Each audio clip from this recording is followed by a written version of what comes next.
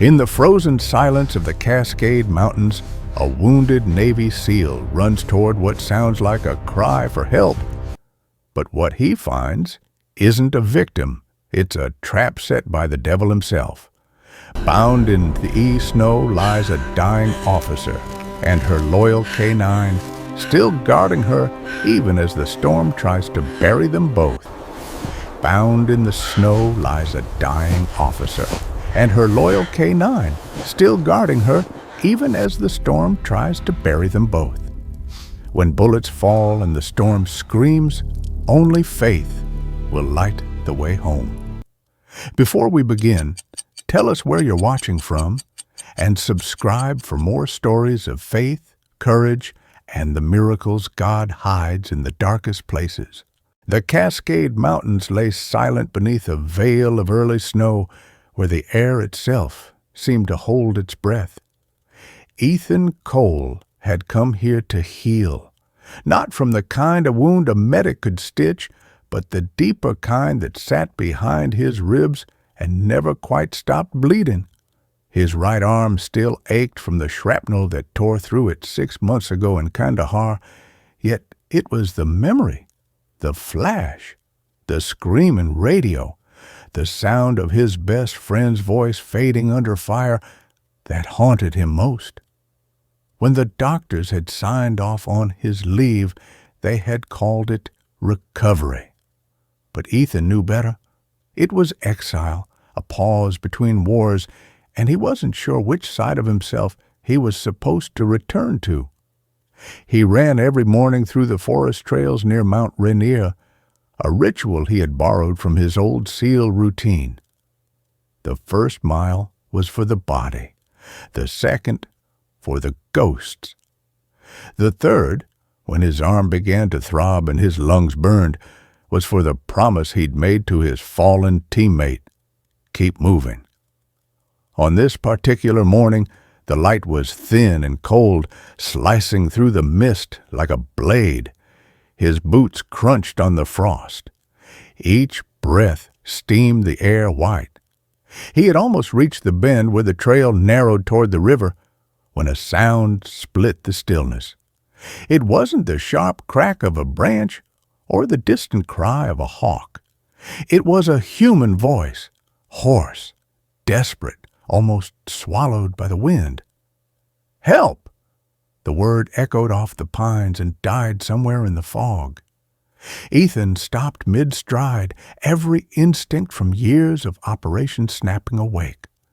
There was no hesitation. The soldier in him had always answered faster than thought. He veered off the path, following the sound downhill through the snow-thick undergrowth. The voice came again, weaker this time. He found her at the bottom of a shallow ravine, half buried in snow and mud. A woman, young but hardened by life's edges, lay on her side, one hand trembling as she tried to free herself from a torn length of rope. Her police badge glinted faintly near her shoulder. Beside her was a German shepherd, unmoving except for a faint twitch of breath. The sight hit Ethan like a physical blow, dredging up a memory he had spent months trying to drown. The image of another comrade, another loyal partner lying still on the sand. For a heartbeat, he couldn't move. Then training overrode everything else. "Hey," he said, his voice steady, controlled. "You're okay. Don't move." He crouched beside her, slicing through the remaining rope with his pocket knife. Her eyes flicked open, blue-gray, wild with confusion and fear. "Who?" she rasped. "Ethan Cole, Navy," he replied. "You're safe now." The words felt strange in his mouth, heavy with irony. Safe was not something he believed in anymore. The woman's breathing was shallow, uneven. She tried to sit up, failed, and gestured weakly toward the dog. "Please, Rex." The name came out as a whisper. Ethan turned his attention to the animal. The dog's chest rose and fell slowly, his body shivering under the crust of snow. He cut through the rope binding its legs and murmured softly, "You did good, buddy." The shepherd's eyes flickered open, filled not with panic, but with the raw, weary loyalty of one who had refused to die while his human still breathed. Ethan stripped off his outer jacket and wrapped it around the woman's shoulders, then carefully lifted her. She was lighter than he expected, her weight a fragile echo against his stronger frame. He carried her uphill toward the cabin he had rented, an old ranger's post nestled among cedar trees. The dog followed, limping but determined. Every few steps, Ethan glanced back, half expecting the forest to betray them with movement. But there was only snow and silence, as if the mountains themselves were watching. Inside the cabin, he laid the woman on his couch and built the fire higher. Steam rose from her wet hair as the heat took hold. He found a first aid kit and cleaned the gash on her temple, his hand steady, though his thoughts were racing. Who had done this to her? Why here? And why did it feel so much like the missions he had sworn to leave behind? When she stirred again, her voice was stronger. "You shouldn't have helped me," she whispered, eyes fixed on the ceiling. Ethan raised an eyebrow. "Strange way to say thank you." "You don't understand," she said, turning her head toward him. "They'll come back." Her words carried the kind of certainty that made his stomach tighten. "Who?" he asked. She hesitated. "The people I was following, Her throat tightened before she could finish. "Police," Ethan said quietly, nodding toward the badge he'd seen. She didn't deny it. Before he could press further, the dog, Rex, lifted his head from beside the hearth and gave a low, warning growl. Ethan froze. The sound wasn't aimed at him. It was toward the window. He moved silently to the glass, looking out into the storm. Nothing but swirling white. Still, he trusted the dog's instincts more than his own. "We'll talk later," he said, keeping his voice low. "Right now, you need rest." He stepped outside long enough to secure the shutters and check for tracks. The snow had already begun to bury everything, but he saw faint impressions near the tree line, boot prints leading away, not toward. Whoever had done this had left fast or planned to come back later. Back inside, the warmth from the fire painted the room in shades of amber. The woman's breathing had steadied, her face no longer ghost pale. Rex lay near her feet, eyes half closed, but alert, even in exhaustion.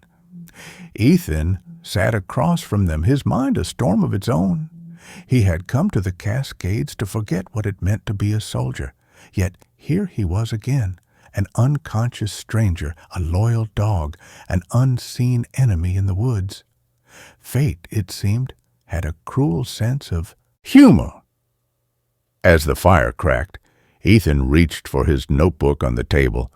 Inside were scribbled quotes from his old commanding officer, lessons about trust, silence, and the thin line between saving someone and losing yourself again. He stared at the page and wondered which line he'd already crossed. Outside, the wind howled through the pines, carrying the faint echo of something human, perhaps memory, perhaps warning. He didn't know yet that the rescue he'd made that morning would ignite a chain of events pulling him back into a world he had tried to leave behind. But as he watched the woman and her dog sleep by the fire, he knew one thing with absolute clarity. He wasn't walking away. Not this time. Snow drifted lazily outside the cabin, soft as ash, while the fire burned low, casting tired shadows on the wooden walls. Ethan hadn't slept. His instincts wouldn't allow it. Years of combat had trained him to read silence, and tonight the forest's quiet felt wrong, too still, too patient. Across the room, Megan Reed slept fitfully on the couch, her breaths shallow but steady. Rex lay at her feet, head resting on his paws, his ears twitching every time the wind shifted. Ethan had spent the last few hours reviewing every detail of what he had found: the broken rope, the fading tracks, the look in her eyes when she said they'll come back. When dawn finally bled through the frosted windows, Ethan brewed coffee strong enough to scrape the rust off his bones. The smell woke Megan before the sound did. She tried to sit up, wincing. "You should be resting," Ethan said quietly. "You too," she replied, her voice rough but steadier than before. He handed her the mug. She took a long sip, eyes distant. "Thank you for yesterday." Ethan gave a small nod. "You can thank me by telling me what happened." She hesitated, staring into the coffee like it could show her something other than memory. "I was tracking a weapons ring," she said finally. "Not small-time smugglers, military-grade equipment. It started as a routine assignment in Helena, then we found out the shipments were moving through these mountains." Her gaze flicked to Rex. "We got too close. Someone tipped them off." Ethan leaned back, arms crossed. "Someone from your own department?" Megan's silence was answer enough. Before he could press her, Rex lifted his head and gave a low growl. Ethan turned toward the window, nothing visible but snow. Still, he felt it too, that tightening in the gut that always preceded danger. He walked outside, scanning the tree line. The snowfall had covered most of the previous night's tracks, but near the edge of the ridge he found something new. A small drone, half buried in the powder, its propellers broken, but lights still faintly blinking. It wasn't a toy. He'd seen these in the field, short-range recon, civilian modified for surveillance. Someone had been watching the cabin. He carried it inside and placed it on the table. Megan's face went pale. "They found us already." Ethan shook his head. "Not yet. If it's still here, they lost the feed in the storm. But it means someone's close." He turned the device over. On its underside was a faint serial number partially filed off. It was military stock once, repurposed. That meant funding, resources, and professionalism. He hated how familiar it all felt. The door banged open suddenly, wind swirling in snow and a voice shouting, "Don't shoot!" Ethan spun around, hand instinctively on the pistol at his hip. A woman stood in the doorway, snow-dusted and breathing hard. "Easy," she said, raising her hands. "Name's Claire Dawson. Forrest. Service. Ranger post up the North Slope. Saw smoke last night and followed it here." Her voice carried a tired steadiness, the kind earned by years in the wild. Ethan studied her a moment before lowering his weapon. "You picked a bad time for a social call," he said. Claire stepped inside, closing the door behind her. "You think I don't know what's been happening," she said. 2 weeks ago, I reported unmarked trucks driving service roads that haven't been open in years. My superiors told me I was seeing things. Now the sheriff's office says a federal task force is running training exercises in my district." She let out a dry laugh. "Funny, I don't remember signing off on that paperwork." Megan sat up straighter. "They're not training. They're smuggling. They're using those roads to move weapons." Claire's jaw tightened.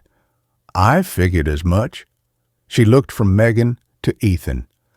"And I'm guessing you just made yourself their next problem." Ethan gestured toward the drone. "They already know where we are. We need to move before the storm clears." Claire frowned. "You'll never make it down the mountain on foot." There's a maintenance tunnel under the ranger station that leads to the old mining road. It's not safe, but it's hidden." Ethan nodded slowly. "Then that's our best shot." While Megan gathered her badge and a few essentials, Ethan prepared what little gear he had.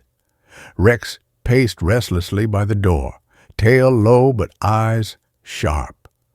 When Ethan knelt to check his leg, the dog met his gaze with something like defiance, an unspoken promise that he wouldn't slow them down. "You've been through worse, haven't you, buddy?" Ethan murmured. The dog's scars told stories words couldn't. They set out just before noon, following Claire through the winding pines. Snow fell harder, thick enough to blur the world into shades of white and gray. The climb was slow. Megan's strength was returning, but exhaustion clung to her movements. Ethan stayed close, ready to catch her if she stumbled. At one point, she asked softly, "You ever get used to being hunted?" He didn't answer right away. "No," he said finally. "You just learn which way to run." By the time they reached the ranger station, daylight was fading.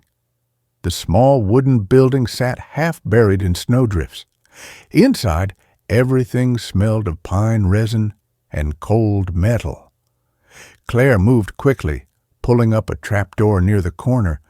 A narrow ladder descended into darkness. "Tunnel starts here," she said, "but once you go down, there's no signal, no light either, unless you brought your own." Ethan nodded. "Then we move fast." They descended one by one. The air grew colder, heavier, tasting of dust and rust.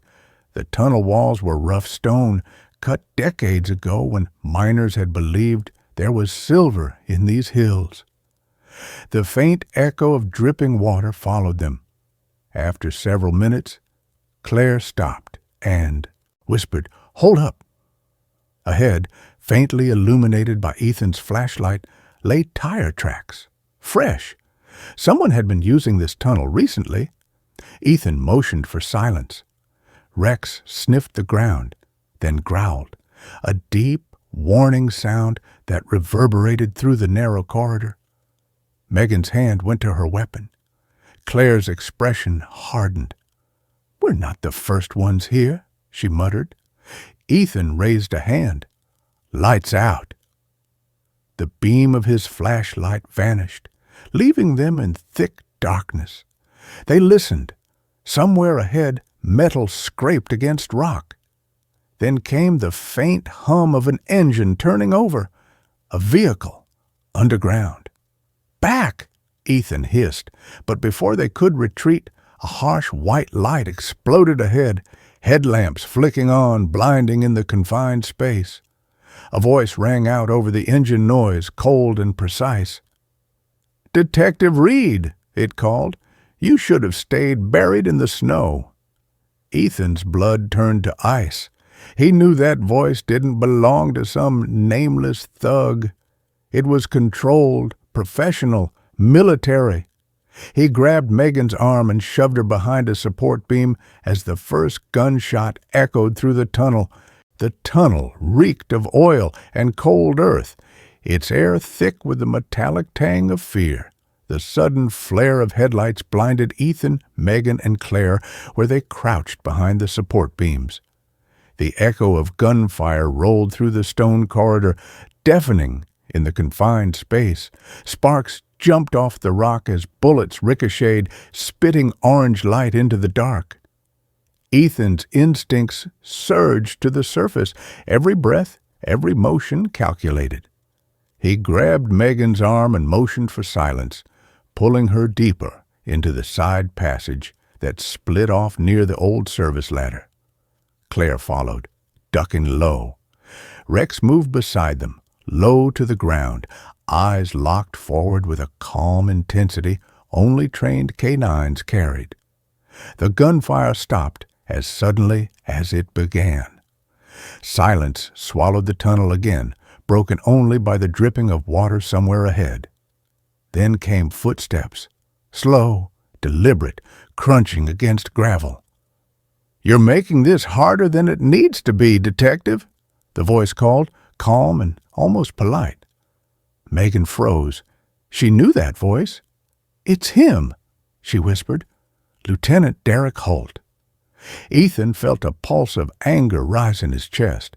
A man who betrayed his badge was worse than an enemy. "Keep moving," he mouthed. They pressed deeper into the tunnel, moving toward the faint glimmer of light at the far end. Behind them, the footsteps continued. 2 sets now, then 3. They weren't alone down here. They reached an old junction where the tunnel widened into a storage alcove lined with rusted barrels. Ethan knelt, scanning their surroundings. "This connects to the mining shaft?" he asked. Claire nodded. "If we take the left branch, it leads toward the canyon exit, but it's a long climb." "We'll manage," Ethan said. He turned to Megan. "How far will Holt go to clean this up?" She met his eyes, her voice steady, but laced with regret. "All the way. He was my mentor once, but after his wife died in that warehouse fire 2 years ago, something broke in him. He started cutting deals, convincing himself the system was the enemy." Ethan nodded slowly. "Grief makes men do strange things." His tone carried no judgment, only understanding. But it didn't change what had to be done. A sudden noise tore through the tunnel, the growl of an engine revving nearby. Claire cursed under her breath. "They've got an ATV in here." The roar of tires grinding against rock grew louder. Ethan's mind raced. The narrow passage gave them few options. He pointed toward the alcove's side entrance. "We can't outrun them in here. We ambush." Megan started to protest, but he cut her off with a look that brooked no debate. "You and Claire stay low. When I give the signal, we move." Rex stood beside him, muscles coiled. Ethan placed a hand on the dog's shoulder. "Not yet, buddy. Wait for my mark." The ATV's headlights spilled into the alcove, turning dust motes into swirling sparks. 2 armed men rode it, one steering, one standing on the back with a rifle. Ethan waited until they were 10 feet away, then kicked a loose pipe across the floor. The metallic clang drew their attention. Too late. He fired once, the shot echoing like thunder. The driver jerked sideways, the vehicle veering into the wall and flipping. The second man tumbled off, scrambling to raise his weapon, but Rex was faster. With a sharp command, Ethan sent him forward. The German shepherd lunged, knocking the gun from the man's hands and pinning him to the ground with a snarl that reverberated through stone and bone alike. Ethan approached the pinned man. "Who else is with Holt?" he demanded. The man spat blood and defiance. "You're already dead. He's not alone. The serpents own this mountain." Claire's face hardened. "The Crimson Fang," she murmured. "So it's true." The name hung in the air like smoke. Megan turned toward her, confusion flashing across her features. "You've heard of them?" Claire nodded grimly. "They've been using our park as a corridor for months. I filed reports. They vanished." Ethan's mind pieced it together. Holt wasn't just corrupt. He was managing the route for the smugglers. "He's tying up loose ends," Ethan said quietly, "and right now, we're the last ones." They bound the surviving man and left him in the alcove, moving quickly toward the canyon exit. The tunnel sloped upward, and the air grew colder, sharper. Rex led the way, occasionally glancing back to ensure the others kept up. Megan's breathing was uneven. The concussion from her earlier injury was slowing her down. Ethan steadied her when she stumbled. "You keep saving my life," she muttered, trying to smile. "You make it easy," he replied. She almost laughed, but the echo of distant voices wiped the humor from both their faces. Holt's team was regrouping. At last they reached a steel gate half collapsed under the weight of rock. Faint daylight shimmered through the cracks. "We're close," Claire said. Ethan started to force it open, muscles straining, but stopped when Rex began to bark softly, a low, rhythmic warning. Something was off. Then he heard it too, the faint buzz of electricity. "Trap," Ethan said sharply. He knelt, tracing the wires running along the gate's frame. "It's rigged to a motion charge. If we touch it—" A sudden voice interrupted from behind. "If you touch it, you'll save me the trouble." Holt stood at the far end of the tunnel, his pistol raised, 2 armed men flanking him. The cold white beam of his flashlight cut through the dust. His expression was calm, even regretful. "You should have stayed down, Megan. You were always too noble for your own good." She took a step forward, ignoring Ethan's warning hand. "You murdered good officers. You betrayed every oath you ever took." Holt's jaw tightened. "I did what I had to. The system feeds on its own. I just stopped pretending to be food." Ethan moved subtly to the side, eyes scanning the tunnel. The distance was too far for a clean shot, and the charge behind them meant no retreat. Holt continued, his voice rising with conviction. "You think this is about greed? This is about survival. The serpents promised a world where men like us don't get buried under paperwork while the real monsters walk free." His words were madness wrapped in reason, the kind of logic that made Ethan's stomach twist, because once he might have understood it. The standoff hung in the air, tension humming like the live wires on the gate. Then Rex growled, deep, warning, his eyes fixed not on Holt, but the ceiling above him. Ethan looked up just in time to see dust drifting from the rock overhead. The old support beams were cracking. "Everybody move!" he shouted. The next second, the tunnel shuddered violently as part of the roof gave way, collapsing between them and Holt's men. The explosion of dust and debris plunged everything into chaos. When the world stilled again, Ethan coughed through the haze, helping Megan to her feet. "Claire!"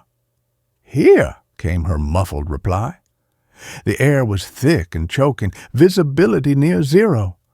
On the other side of the rubble, Holt's voice echoed faintly, calm as ever.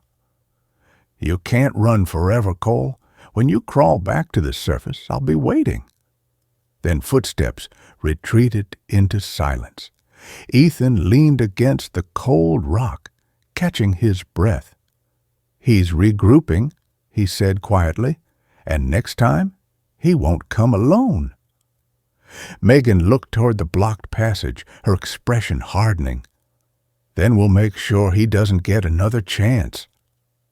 Rex stood beside her, ears perked, nose testing the faint air flowing through a small fissure in the wall. Ethan followed his gaze. "Looks like you found us another way out," he murmured. But as he pressed his hand to the crack, he felt something. Air rushing inward, not out. From the darkness beyond came a faint, rhythmic sound.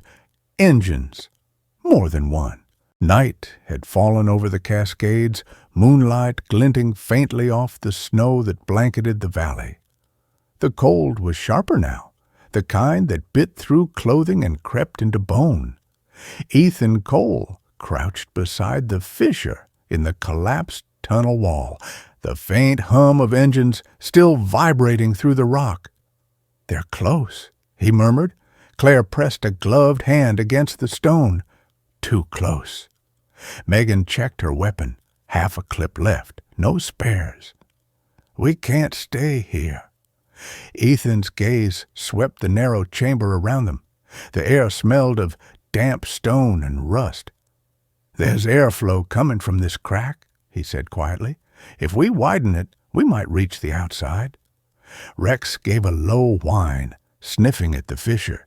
He was restless but alert, the kind of focused unease only a trained K9 knew when danger was near but not yet visible. His loyalty to Megan was unshakable, forged through years of field work. He had once saved her from an armed suspect during a warehouse raid that ended in blood. Since then, they had been inseparable, bound by an instinct that didn't need words. Ethan trusted the dog's senses more than his own. "He smells open air," Ethan said. "We move now." They used the last of Claire's small utility kit, an old emergency tool designed for cutting through debris. It wasn't meant for rock, but adrenaline filled the gaps where strength fell short. Piece by piece, they widened the fissure until the first gust of freezing wind swept in. The faint sound of rushing water followed. Megan looked through the gap and saw it, a narrow ledge overlooking Mirror Lake, half frozen and shimmering beneath the moonlight. They climbed out one by one, boots crunching against ice and gravel. The lake stretched below like a mirror cracked by frost, surrounded by steep ridges that funneled the wind into ghostly howls. Claire looked up at the tree line. "The ranger outpost is about 2 miles north, just past the ridge. We can regroup there." Ethan nodded. "Let's move before they circle around." They started along the ridge, keeping low. Megan's steps faltered. Exhaustion and pain were catching up to her. Ethan slowed his pace without comment. "You don't have to play hero," he said quietly. "I'm not," she replied. "I just don't want him to win." Halfway around the lake, they spotted movement on the opposite shore. Headlights cutting through the dark.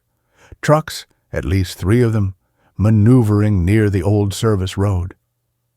"That's not a search team," Claire said. "That's a convoy." Ethan's eyes narrowed. "They're setting up a perimeter, Holt's sealing the exits." He pulled out a small satellite tracker from his gear, one of the few things he still carried from his SEAL days. It wasn't connected to any network now, but it could still mark coordinates.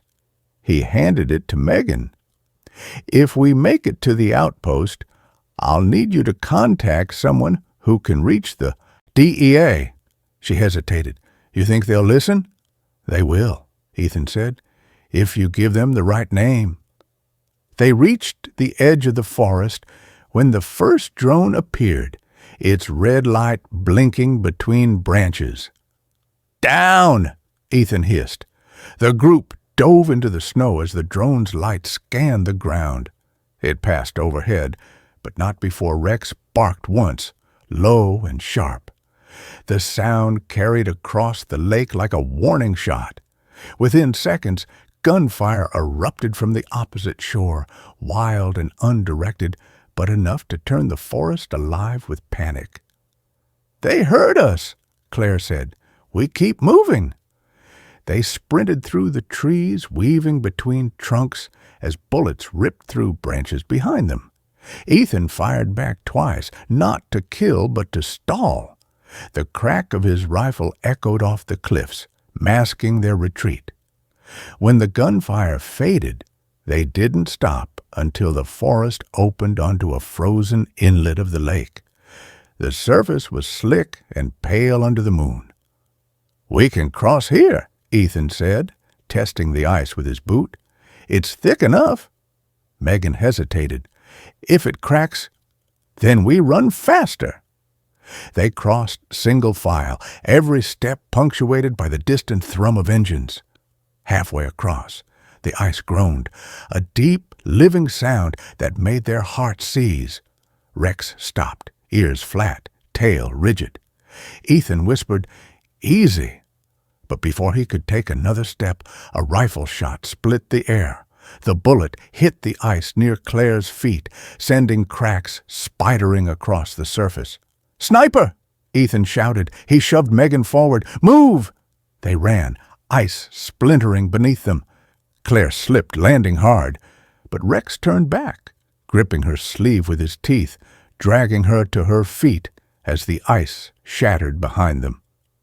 They reached the far bank just as a section of the lake collapsed, swallowing a patch of moonlight and sound. They dove into cover among the rocks. Ethan peeked through the gap, spotting the glint of a scope on the far ridge. "They've got elevation," he muttered. "We need to change direction." Claire caught her breath, shaking. "That wasn't Holt. He doesn't shoot from a distance." Megan's expression darkened. Then he brought someone else. That someone made themselves known minutes later. As they neared the tree line, a voice echoed through a loudspeaker, distorted but coldly familiar. "Detective Reed, Sergeant Cole, Ranger Dawson, you're becoming a real problem." Megan froze. "That's not Holt." Ethan recognized the accent, southern, deliberate, too calm to be local. "Who the hell is that?" Claire looked at him. "Could be Kane, the leader of the Crimson Fang." Ethan had heard the name before, whispered among operatives who'd worked counter-smuggling routes. A man without a real identity, rumored to have military training and no allegiance except profit. Kane's voice carried through the trees. "You've cost me shipments, men, and time. But here's the thing, I respect that kind of interference. So here's my offer. Walk away now, and no one else dies tonight." Megan called back, her voice steady despite the tremor in her breath. "You think I'll take your deal after what you did to my partner? You murdered good people." Silence followed. Then Kane laughed, a low, humorless sound that made the forest seem smaller. "Everyone's murdered good people, Detective. Some of us just stopped pretending to feel bad about it." Ethan met Megan's gaze. "He's stalling," he said. "They're flanking." He pointed to the north ridge. 2 silhouettes moved there, faint but real. "We have to go now." Claire led them up the incline toward the ranger outpost, their boots sinking into snow. The wind howled louder, and the forest groaned like it was alive. They moved in bursts, run, crouch, breathe, until the outline of the cabin finally appeared between the trees, its roof sagging under snow. Inside, the air was still, stale with old smoke. Claire flipped the breaker, and the generator coughed to life, dim lights flickering. "We won't have power long," she warned. Ethan checked the windows. No movement yet. Megan sat heavily on a chair, staring at the radio on the table. "If this still works—" She turned the dial, static filling the air. Then faintly, a voice cut through. "Federal Relay Channel, identify." Her face lit with a spark of hope. "This is Detective Reed, Helena PD, code 1279. We have evidence linking Lieutenant Derek Holt to a smuggling operation called Crimson Fang. Request immediate response." There was a pause. Then the reply came, crisp and measured. "Copy that, Detective Reed. Stand by for verification." Ethan frowned.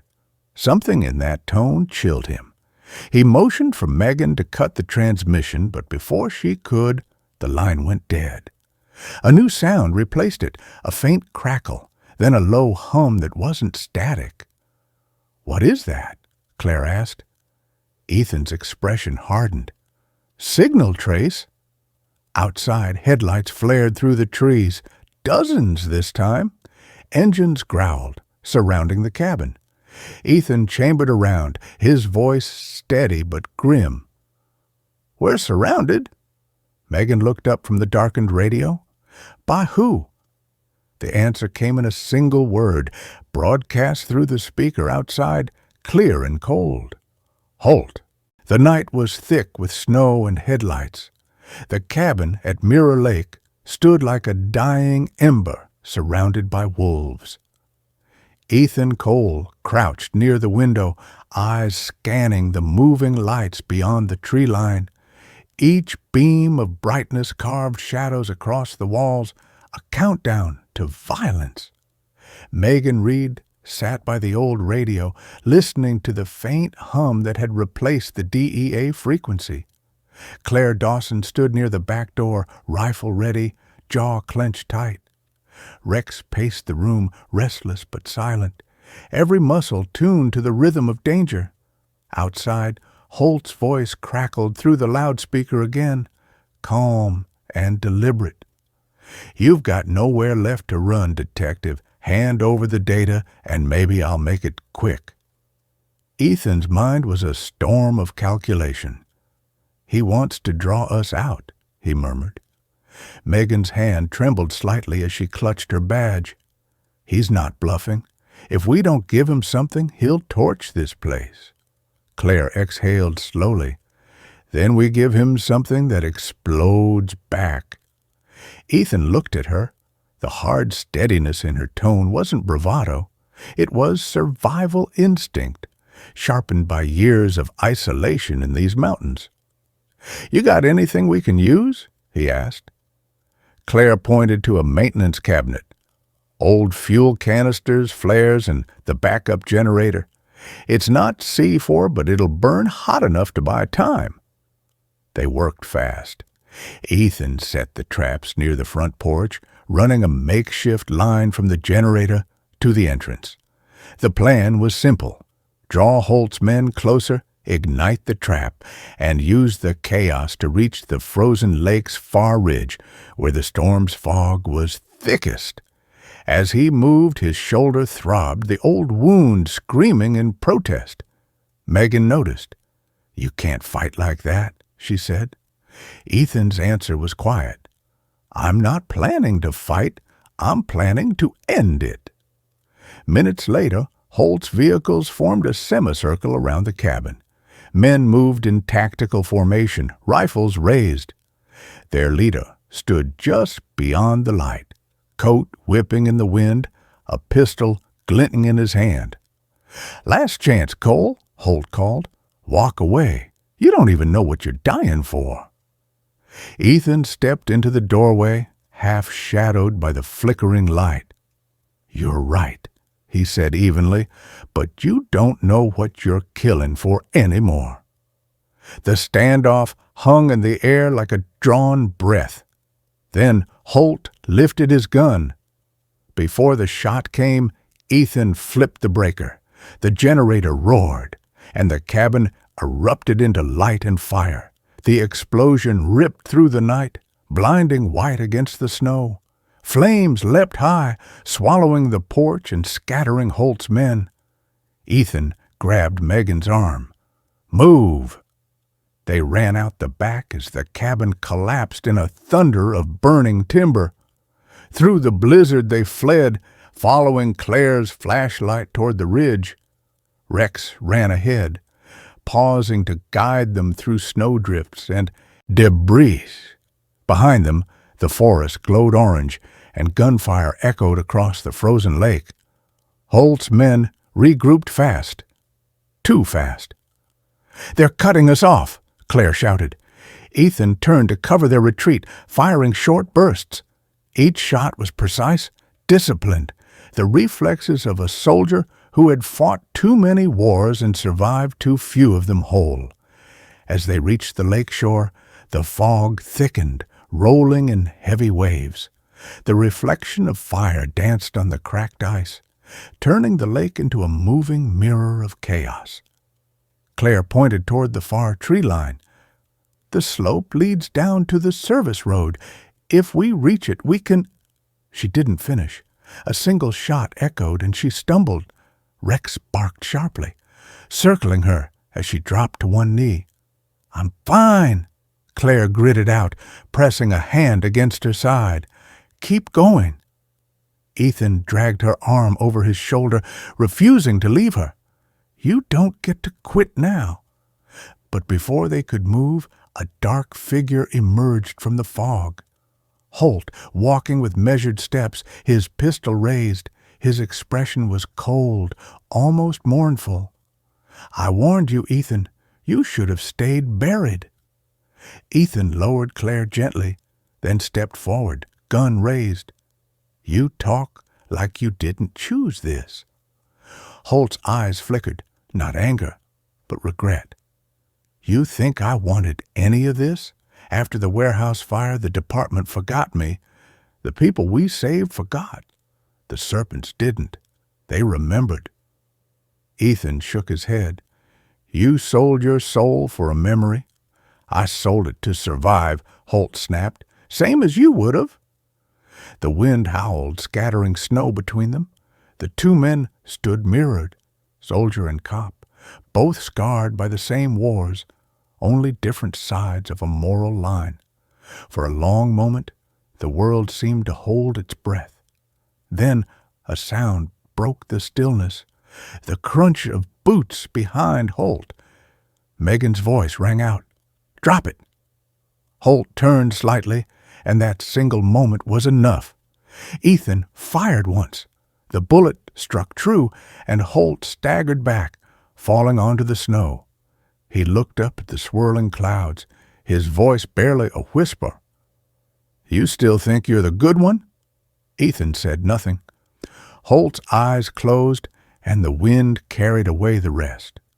Silence fell. Only the crackle of distant fire filled the night. Megan knelt beside Holt's body, her expression unreadable. "He was right about one thing," she said softly. "The system forgets too easily." Ethan's gaze was distant. "Then maybe it's up to people who remember." They carried Claire down to the frozen road where the storm finally began to ease. As dawn broke, faint sirens echoed in the valley. Not Holt's men this time, but real reinforcements. Megan had sent her coordinates before the radio went dead. It had taken hours, but someone had heard. The DEA arrived with medics and recovery teams. Claire was airlifted out, pale but alive.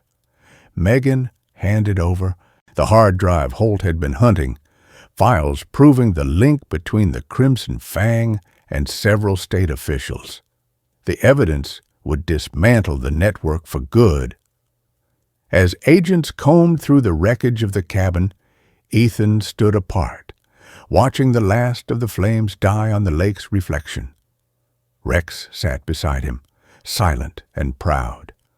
One of the DEA agents approached, a man in his 40s, uniform crisp but eyes tired. "You're Cole?" he asked. Ethan nodded. "We've heard of you. You could come back in, you know. We need men like you." Ethan smiled faintly. "You don't need me. You need someone who still believes in orders." The agent looked like he wanted to argue, but something in Ethan's tone stopped him.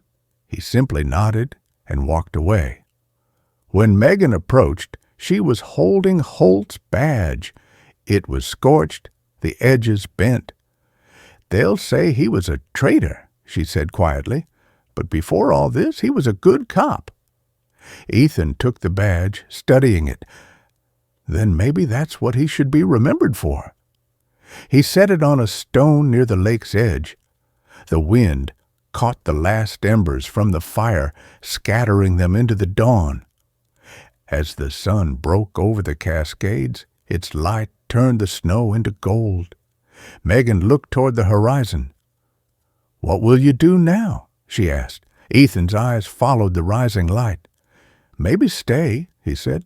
"There's still work to do here, people worth protecting." Rex barked once as if agreeing. Megan smiled faintly. "Then I guess you're home." For the first time in months, Ethan felt something close to peace, not the kind that comes from forgetting, but from choosing to remember. As he turned toward the lake, the reflection of the morning sun shimmered across the ice, bright and unbroken. Somewhere beneath that light, the war finally ended. When the fire faded and the dawn broke over Mirror Lake, what remained wasn't just victory, it was grace. Ethan didn't find peace through the barrel of his gun or the silence of his isolation. He found it in the small miracles that never made the news. A loyal dog who refused to give up, a wounded woman who still believed in justice, a fallen man who, even in his last breath, reminded the world that redemption is never too late. Maybe that's what God's work really looks like. Not thunder from the heavens, but quiet hands that keep holding on when the world turns cold. Sometimes the miracle isn't that the storm ends. It's that we find the strength to keep walking through it. So, as you finish this story, take a moment. Look around at your own life, the quiet struggles, the unseen faith, the people and creatures who stand beside you no matter how dark it gets. Miracles aren't distant. They live in the everyday courage to love, to forgive, and to start again. If this story touched your heart, share it with someone who still believes in second chances. Leave a comment. Tell us what this journey meant to you, and subscribe so more souls can find warmth in stories like this. May God bless you, protect your home, and guide you through every storm. Until you find your own sunrise,